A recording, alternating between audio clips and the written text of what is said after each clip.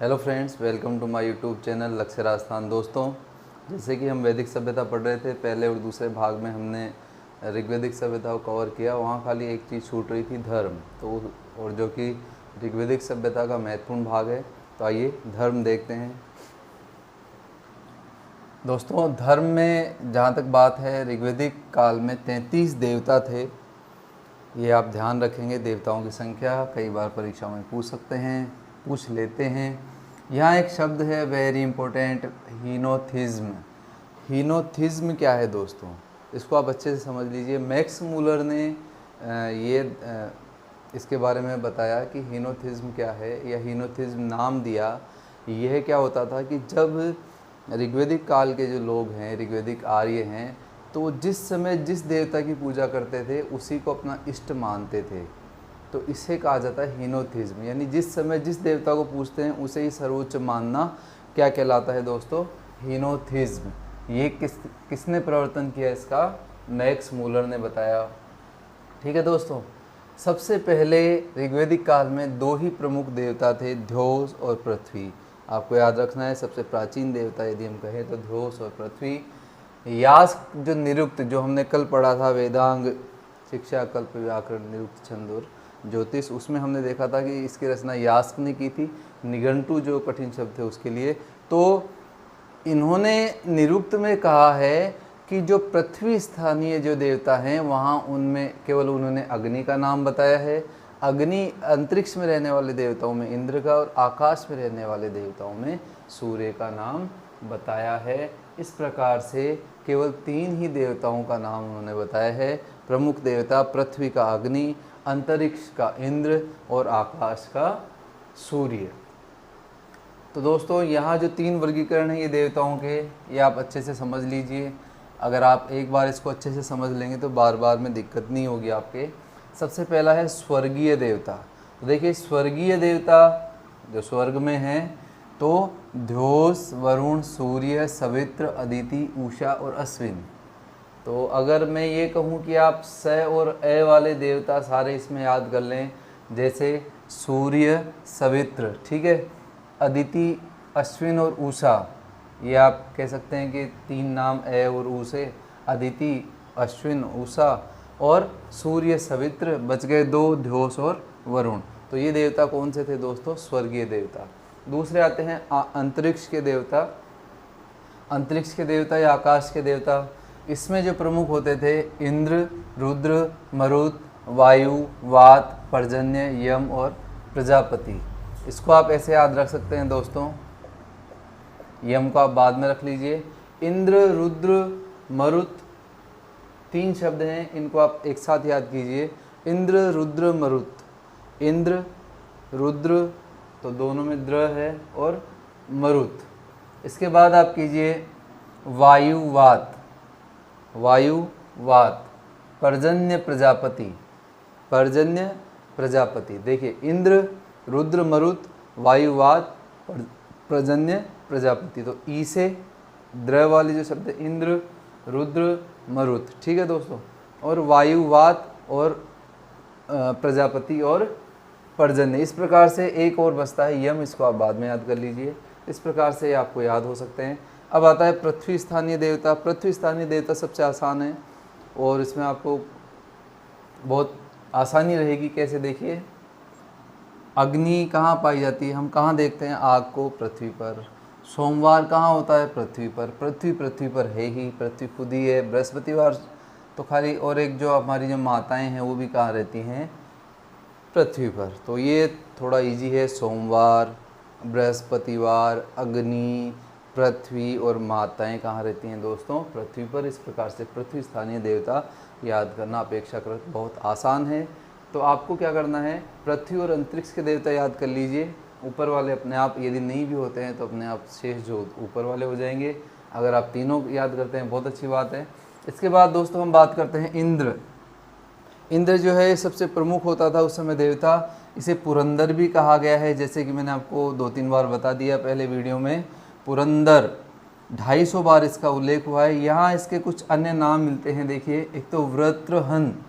इसका वृत्रहन क्यों नाम पड़ा दोस्तों, वृत्र नाम का एक राक्षस था, उसकी हत्या की थी इंद्र ने, इसलिए इसे वृत्रहन कहा है। पुरंदर दुर्ग तोड़ने के लिए कहा है। विजेंद्र विजेता था ये इसलिए। और सोमपाल ये सोमरस का पेय प्रधान था या सोमरस पेय करता था सोमपाल। और शतक्रतु 100 गायों को खरीदने वाला शतक्रतु। इस प्रकार से ये नाम किसके मिलते हैं? इंद्र के। ये नाम आप थोड़ा ध्यान में रखेंगे, हो सकता है परीक्षा में पूछा जाए कि शतक्रतु किस देवता का अन्य नाम है ऋग्वेदिक काल में, तो आपका उत्तर होगा इंद्र। वरुण का उल्लेख 30 बार हुआ है, ये प्रमुख है बात। और ये कैसे? यह जो होता था ये ऋत का नियामक होता था। अब ऋत क्या है देखिए, वेरी इंपॉर्टेंट शब्द है ऋत। ऋत दोस्तों हम समझ सकते हैं कि आज जो हम संविधान कहते हैं, संविधान क्या होता है दोस्तों? संविधान एक नियमों का संग्रह है जो जिसके आधार पर पूरी व्यवस्थाएं चलती हैं। वैसे ही ऋत जो है ये वो मानते थे कि सर्वप्रथम ऋत की उत्पत्ति हुई, और ऋत यानी सृष्टि के जो नियामक तत्व हैं वो ऋत हैं। और इस ऋत का नियामक कौन था दोस्तों? वरुण, इसलिए महत्वपूर्ण था। एक हमने पिछले वीडियो में देखा था कि ईरानी ग्रंथ था बहुत प्रसिद्ध जैन अवेस्ता, जिससे ऋग्वेद का साम्य मिलता है, तो उसमें इस वरुण को अहुर मजदा कहा गया है। याद रखिए दोस्तों, जैन अवेस्ता में वरुण को अहुर मजदा कहा गया है। अहुर मजदा याद रखेंगे आप। अब बात करते हैं पर्जन्य। पर्जन्य वर्षा का देवता होता था। अग्नि, ये और इम्पोर्टेंट है, अग्नि को 200 सूक्त समर्पित हैं। अग्नि क्या करता था दोस्तों? अग्नि जैसे कि हमने देखा पृथ्वी स्तरीय देवता था।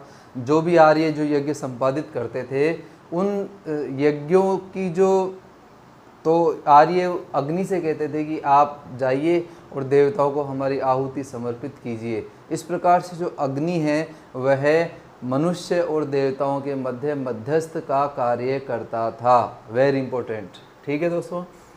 इसका अन्य नाम है जाति वेदक और भुवन चक्षु। जाति वेदक और भुवन चक्षु। पूषण, ये भी इम्पोर्टेंट है। पूषण जो है ये याद करना इजी है। पूषण से पशु बना लीजिए, पूषण पशु, पूषण पशु। तो पूषण जो है ये एक पशु देवता होता था, और बाद में जाकर के इसे शूद्रों का देवता मान लिया गया। याद रखेंगे आप। तो जो पूषण है ये पशु देवता था, और आगे जाकर के ये माफ़ कीजिएगा शूद्रों का देवता बना दिया गया। इसके बाद एक शब्द आता है असुर। यहाँ असुर से उल्लेख दानवों से नहीं है, असुर देवताओं को कहा गया है। कैसे कि असु शब्द निकाला गया है इसमें से। असु शब्द का शाब्दिक अर्थ है प्राण शक्ति। प्राण शक्ति वाले तो देवताओं को भी कहा गया है। सोम यज्ञ यहाँ सबसे इम्पोर्टेंट जो यज्ञ होते थे, बहुत सारे यज्ञ होते थे, उसमें सोम याग या सोम यज्ञ सबसे महत्वपूर्ण था। सरस्वती नदी जो है नदी देवी कहलाती थी, जैसे कि मैंने पहले वीडियो में बताया था कि सरस्वती को नदी तमा भी कहा गया है। अदिति देवताओं की माँ का नाम था, ये भी इसमें है। दिशणा एक और नाम आता है, दिशणा। दिशणा एक वनस्पति देवी होती थी। तो इस प्रकार से दोस्तों ऋग्वेदिक काल है यह पूरा होता है। अब हम देखते हैं उत्तर वैदिक काल। देखिए उत्तर वैदिक काल का जो समय है ये 1000 से 600 ईस्वी पूर्व है, ये आपको याद रखना है।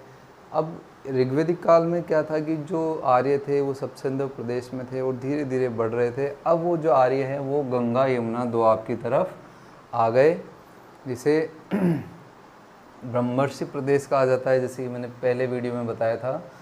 अब यहाँ एक ये जो शब्द है आपको बहुत अच्छे से याद करना है दोस्तों। सदानीरा नदी है जो कि गंडक नदी का नाम था। सदानीरा नदी तक आकर के उनका जो विस्तार है वो रुक जाता है, और एक प्रकरण है, एक उसमें बताया गया है वेदों में कि विदेद माधव नाम का कोई व्यक्ति है, वो अग्नि लेकर के अग्नि को जलाता हुआ, अग्नि से सब कुछ जलाता हुआ पूर्व की ओर बढ़ा, और वो सदानीरा को नहीं जला पाया। और उसके साथ उसके जो गुरु थे गौतम राहुगण वो साथ थे। तो गौतम गुरु साथ थे, विदेद माधव जलाता गया और कहाँ रुक गया? सदानीरा। तो इसका मतलब इससे ये अर्थ लिया जाता है कि सदानीरा नदी तक आकर के आर्यों का विस्तार रुक जाता है। ठीक है दोस्तों। कुरु, पांचाल, कौशल, काशी आदि राज्यों का नाम भी अब अथर्ववेद में मिलने लगता है। 2 ऐसे राज्य हैं जिनका नाम अथर्ववेद में मिलता है, ऋग्वेद में नहीं मिलता है, वो है मगध और अंग। लेकिन ये वैदिक जो सभ्यता है इसका हिस्सा नहीं थे। याद रखिएगा दोस्तों, मगध और अंग, इसको हम ऐसे याद रख सकते हैं कि वैदिक सभ्यता का अंग मगध नहीं बना। वैदिक सभ्यता का अंग मगध नहीं बना, यानी अंग और मगध जो हैं ये वैदिक सभ्यता का भाग नहीं थे। इन्हें व्रात्य कहा जाता था, व्रात्य। ठीक है दोस्तों। इसके बाद इनका जो विस्तार है वो दक्षिण में विंध्य पर्वत तक ही रह गया। जैसे कि हमने मध्य देश पढ़ा था पिछले वीडियो में, उत्तर में हिमालय से लेकर के विंध्याचल तक उनका विस्तार रहा। ठीक है। कुरु और पांचाल ये दोनों प्रमुख राज्य थे इस समय, जनपद थे। शतपथ ब्राह्मण एक ब्राह्मण है जो कि गद्य में लिखे गए। शतपथ ब्राह्मण में कुरु और पंचाल को वैदिक सभ्यता के श्रेष्ठ प्रतिनिधि बताए गए हैं, कुरु और पांचाल। कुरु जैसा कि मैंने पहले वीडियो में बताया था कि भरत और पुरु को मिला करके कुरु बना था कबीला, तो वो जो कुरु और पंचाल हैं ये श्रेष्ठ प्रतिनिधि थे।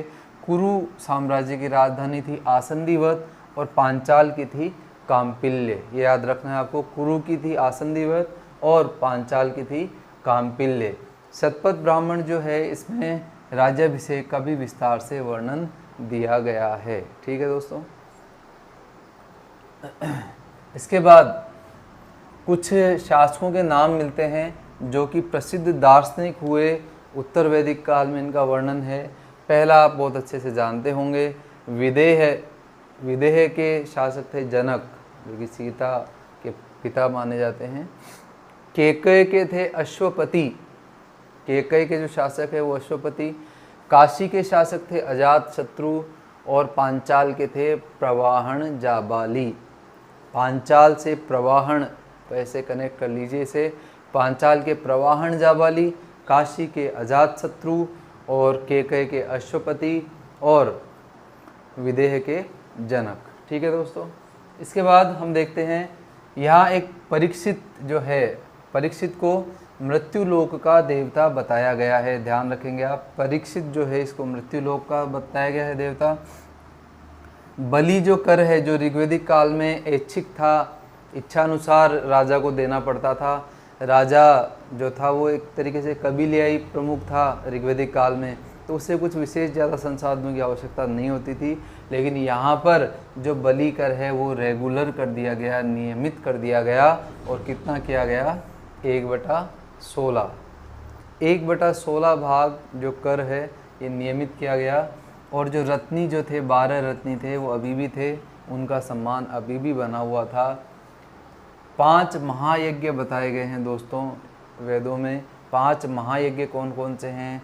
ब्रह्म, देव, पितृ, मनुष्य और भूत। 5 महायज्ञ। ब्रह्म यज्ञ कैसे किया जाता था? ब्रह्म यज्ञ अध्ययन और अध्यापन द्वारा, RT इसे हम याद कर सकते हैं, रीडिंग और टीचिंग। अध्ययन और अध्यापन द्वारा इस यज्ञ का संपादन होता था। देव यज्ञ होता था, देवताओं की आहुति दे करके, हवन कर करके। पितृ यज्ञ है तो पितरों को आहुति दे करके। मनुष्य यज्ञ किया जाता था कि जो भी अतिथि आते थे उनका सत्कार करके, सम्मान करके मनुष्य यज्ञ संपादित किया जाता था। और भूत यज्ञ होता था कि विश्व में जितने भी प्राणी हैं, प्राणी मात्र जितने भी थे, उनके प्रति कृतज्ञता का भाव रखना और उनकी सेवा शुश्रूषा करना, ये था भूत यज्ञ। इस प्रकार से 5 महायज्ञ थे। 3 प्रकार के ऋण मनुष्य के ऊपर सर्वदा रहते थे। पहला ऋषि ऋण, पितृ ऋण, दूसरा, तीसरा देव ऋण। ऋषि ऋण जो होता था, इस ऋण से उऋण कैसे हुआ जाता था? जो मानव है, मनुष्य है, वो वेदों का अध्ययन करता और धार्मिक पुस्तकों का अध्ययन करके ऋषि ऋण से निवृत्त होता। पितृ ऋण से पितरों के प्रति तर्पण करके, पितरों के प्रति श्रद्धा प्रकट करके वो पितृ ऋण से, माफ़ कीजिएगा, पितृ ऋण अपना जो पिता है उसमें जो संतानोत्पत्ति के द्वारा पितृ ऋण से उऋण हुआ जाता था। और देवताओं की स्तुति करके देव ऋण से उऋण हुआ जाता था। ठीक है दोस्तों। तो ऋषि ऋण अध्ययन से, वेदों के अध्ययन से, पितृ ऋण संतानोत्पत्ति से और देव ऋण पूजा अर्चना से। इस प्रकार से ये जो 3 ऋण हैं ये इनसे मानव छुटकारा लेता था। अब बात करते हैं दोस्तों राजनीतिक संगठन की। यह राजनीतिक संगठन कैसा होता था? जहाँ ऋग्वैदिक काल में हमने देखा कि राजा शक्तिशाली था, वो अब और शक्तिशाली हो जाता है, उसे भगवान का, देवता का प्रतिनिधि कहा जाने लगा, उसकी शक्तियों में इजाफा हुआ। ऐत्रेय ब्राह्मण, पहले एक आया था शतपथ ब्राह्मण जिसमें राज्याभिषेक का वर्णन था। ऐत्रेय ब्राह्मण में एक प्रकरण मिलता है देवासुर संग्राम का। उसमें ऐसे बताया गया है कि देवों और असुरों के बीच युद्ध हुआ जिसमें देवताओं की हार हुई, और इस हार का एक कारण बताया गया कि इनका कोई विशेष प्रतिनिधि नहीं था, नायक नहीं था या नेता नहीं था। तो इसी को ध्यान में रखते हुए उन्होंने कहा कि राजा होना चाहिए, और इस प्रकार से राजा का जो महत्व है वो देवासुर संग्राम के द्वारा बताया गया। कुछ उपाधियां थी राजा जो धारण करने लगे थे अब, सम्राट, राजाधिराज, एकराट। तो दोस्तों जो सबसे बड़ी उपाधि है याद रखिएगा वो थी एकराट। पृथ्वी से लेकर समुद्र पर्यंत केवल एक ही शासक का राज होता था। तो सबसे बड़ा यदि जो पद है वो, या सबसे बड़ी जो उपाधि है वो थी एकराट। ठीक है दोस्तों। राजा प्रधान दंडधर होता था, उसके हाथ में सब कुछ पावर होते थे। 12 रत्नी चल रहे थे। सभा और समिति, ये जो संस्थाएं थी जो हमने पहले बहुत विस्तार से पढ़ा है इनके बारे में, अभी कुछ थोड़ा और ऐड करेंगे इसमें। तो सभा और समिति को अथर्ववेद में प्रजापति की पुत्रियां कहा गया है, याद रखिएगा, प्रजापति की। आगे जाकर के जब ब्राह्मण काल आता है और आगे का जो समय आता है उसमें जो दोनों समितियां हैं ये शक्तिशाली नहीं रह करके केवल क्या देने लगी थी? परामर्श। ठीक है दोस्तों। तो सभा और समिति के बारे में थोड़ा सा मैंने अलग से और ऐड किया है, हालांकि ये आपको ज़्यादा कहीं नहीं मिल पाता है, लेकिन बहुत इम्पोर्टेंट क्वेश्चन है ये परीक्षा की दृष्टि से। और अगर अब सभा और समिति का स्तर, प्रश्नों को स्तर जो है यदि परीक्षा में बढ़ेगा और गहरा जाएगा तो दोस्तों ये क्वेश्चन आपको अब जल्दी ही दिखने लगेंगे। तो देखिए, लुडविग जो है ये सभा को कहते हैं उच्च सदन और समिति को कहते हैं निम्न सदन, जो कि हमने सभा और समिति जब पढ़ा था उसमें मैंने यही बताया था कि सभा को आप मानिए राज्यसभा और समिति को आप मानिए लोकसभा। तो ये सेम जो ये कथन है ये किसने कहा?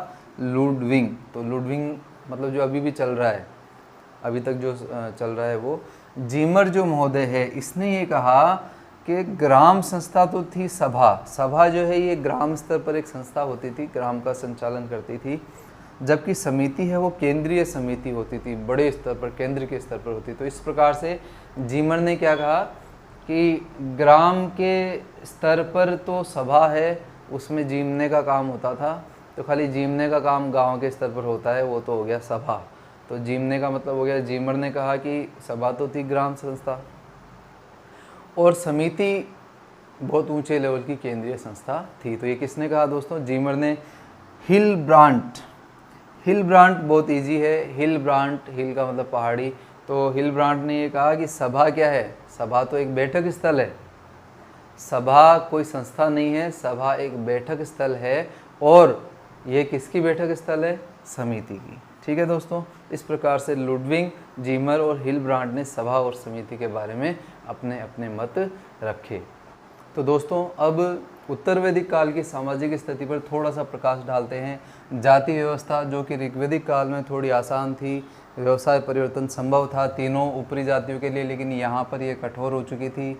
शतपथ ब्राह्मण में कुछ 4 शब्द देखिए काम में लिए गए हैं। एही ब्राह्मण के लिए, एही और क्षत्रिय के लिए आ गई यानी सम्मान सूचक शब्द हैं, आप आइए।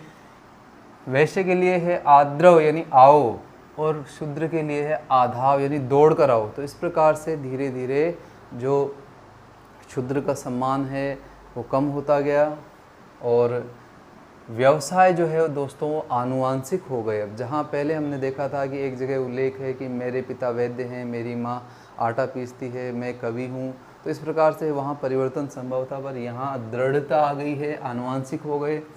ब्राह्मण और जो क्षत्रिय थे उनमें एक दूसरे से श्रेष्ठ होने की होड़ मच गई, और जो वैश्य हैं ये आधार थे तभी भी और आज भी, कर व्यवस्था का आधार थे, कर यही देते थे वैश्य, और शूद्रों को सेवक बना दिया गया। जो प्रथम 3 वर्ण हैं इन्हें द्विज कहा गया। क्या कहा गया? द्विज। द्विज का मतलब है 2 बार जन्मा। 2 बार जन्मे से मतलब है दोस्तों कि इन तीनों का उपनयन संस्कार होता था। इन तीनों का जिसे हम आज भी कई वर्गों में ये प्रचलित है, जनेऊ कुछ ऐसा कुछ करके बोलते हैं। तो तीनों जो संप्रदाय हैं, ये तीनों जो वर्ग हैं, इन्हें द्विज कहा जाता था, इसलिए इनको 2 बार जन्मा हुआ कहते हैं।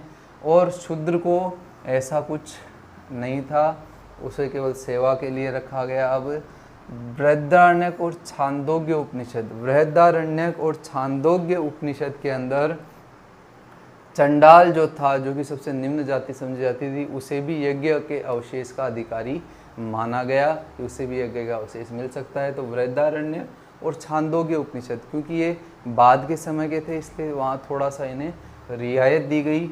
लोहे का प्रयोग अब होने लगा था। छांदोग्य उपनिषद और जाबालोपनिषद, तो देखिए यहाँ पर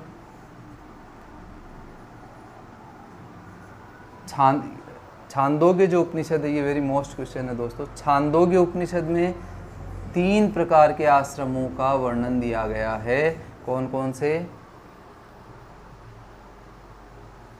पहला ब्रह्मचर्य, दूसरा गृहस्थ, तीसरा वानप्रस्थ। इस प्रकार से 3 जो आश्रम है उनका परिचय छांदोग्य उपनिषद से मिलता है। सर्वप्रथम पहली बार, वेरी मोस्ट क्वेश्चन, सर्वप्रथम पहली बार चारों आश्रमों का उल्लेख मिलता है जाबालोपनिषद में। याद रखिएगा, संन्यास और जुट जाता है। और ये क्यों हुआ दोस्तों कि ऋग्वेदिक काल में जब बहुत अति हो गई तो धीरे धीरे विरोध होने लगा और कहा जाने लगा कि इतने कर्मकांड की आवश्यकता नहीं है, खाली स्वयं को जान लीजिए, ब्रह्म से मिलन कर लीजिए। तो इस प्रकार से फिर धीरे धीरे इन्होंने भी अपनी व्यवस्था जो थी, सामाजिक व्यवस्था, जो ब्राह्मण वर्ग है, इन्होंने भी फिर इसमें ये एक और ऐड किया, ये चौथा वाला जो संन्यास आश्रम है। इस प्रकार से जाबालोपनिषद में सर्वप्रथम 4 आश्रमों की जानकारी मिलती है। स्त्रियों की दशा की बात करें दोस्तों, अथर्ववेद में आकर के थोड़ा सा स्त्रियों की दशा थोड़ी सी और बदतर होती जाती है। जन्म के समय खिन्नता प्रकट करते हैं और उन्हें कृपण कहा जाता है। आश्वालायन गृहसूत्र में समावर्तन संस्कार का उल्लेख है पहली बार, और आश्वालायन गृहसूत्र में एक 8 जो प्रकार के विवाह हैं वो भी दर्शाए गए हैं। तो आप ये अच्छे से याद रखेंगे कि आश्वालायन गृहसूत्र में 8 जो विवाह है उनके प्रकार बताए गए हैं। इसको हम ऐसे याद रख सकते हैं कि विवाह में दूल्हा किस पे बैठ के आता है दोस्तों? अश्व पर। तो इस प्रकार से 8 जो विवाह है उनका उल्लेख आश्वालायन गृहसूत्र में मिलता है। इसके बाद कुछ 4 नाम हैं, वेरी मोस्ट इम्पोर्टेंट विदुषी महिलाएं थी उत्तर वैदिक काल की, नाम याद रखने हैं। जैसे ऋग्वेदिक काल की थी गोसा, पाला, मुद्रा, सिक्ता, शची, पोलेमी आदि, वैसे ही उत्तर वैदिक काल में गार्गी, मैत्रेयी, गंधर्व ग्रहिता और जाबाल, ये 4 विदुषी स्त्रियों के नाम मिलते हैं। इनमें गार्गी जो थी, और आजकल दोस्तों पुरस्कार ही मिलता है, जो 10th में बहुत अच्छे परसेंटेज लाती हैं बच्चियाँ, तो उनको गार्गी पुरस्कार मिलता है। क्यों मिलता है? क्योंकि गार्गी उत्तर वैदिक काल की विदुषी महिला थी, जिसने जनक के दरबार में, खुले दरबार में, याज्ञवल्क्य जो ऋषि थे, विद्वान ऋषि, उनको खुली चुनौती दी थी। तो इसलिए गार्गी प्रसिद्ध हैं। और मैत्रायणी एक संहिता है, मैत्रायणी, ठीक है। मैत्रायणी संहिता में स्त्रियों को पासा और सुरा, शराब और पासे के खेल के प्रकार, उसी प्रकार से उसको बुराई का पात्र माना है मैत्रायणी संहिता में। कुल मिला के जो स्त्रियों की दशा है वो अब थोड़ी सी और उनके लिए उपयुक्त नहीं रही, और आगे जाकर के और ख़राब स्त्रियों की स्थिति हो जाती है। अभी भी स्त्रियों को वो जो 2 अधिकार थे जो उनसे वंचित किया गया था ऋग्वेदिक काल के, कौन कौन से? राजनीतिक अधिकार और संपत्ति के अधिकार, वो उनसे अभी भी स्त्री वंचित थी। इस प्रकार से तो दोस्तों इस प्रकार आज हमने उत्तर वैदिक काल को शुरू किया, और ये तीसरा भाग है वैदिक काल का, और मैंने बहुत सारे क्वेश्चन कवर करने की कोशिश की है, और मुझे आशा है कि आपको पसंद आया होगा। दोस्तों अगर वीडियो अच्छा लगा हो तो चैनल को सब्सक्राइब कीजिए, और जैसे कि आप देख पा रहे हैं आइकन, सब्सक्राइब कीजिए, लाइक कीजिए और चैनल को शेयर कीजिए, ताकि मैं और ज़्यादा से ज़्यादा वीडियो आपके लिए लेके आ पाऊँ। और एक और सूचना दोस्तों कि मैंने प्लेलिस्ट में कक्षा 7 के अलग वीडियो बना रखे हैं सामाजिक के, अब मैं कक्षा 10 के बनाने वाला हूँ, और एक अलग प्लेलिस्ट में आपको जितने मैंने वीडियो बनाए हैं इनके जो ऑब्जेक्टिव क्वेश्चंस हैं वो आपको मिलेंगे, आप उनको सॉल्व कर सकते हैं। और दोस्तों कहीं कॉपी पेस्ट नहीं है उनमें, जो मैंने वीडियो बनाए हैं उसी में से क्वेश्चन निकाल के बनाए हैं, ताकि आप वीडियो देखने के बाद खुद का टेस्ट कर सकें, खुद को मूल्यांकन कर सकें कि आपने क्या गेन किया वीडियो से। तो दोस्तों थैंक्स फॉर वॉचिंग, सब्सक्राइब करना ना भूलें चैनल को। बाय।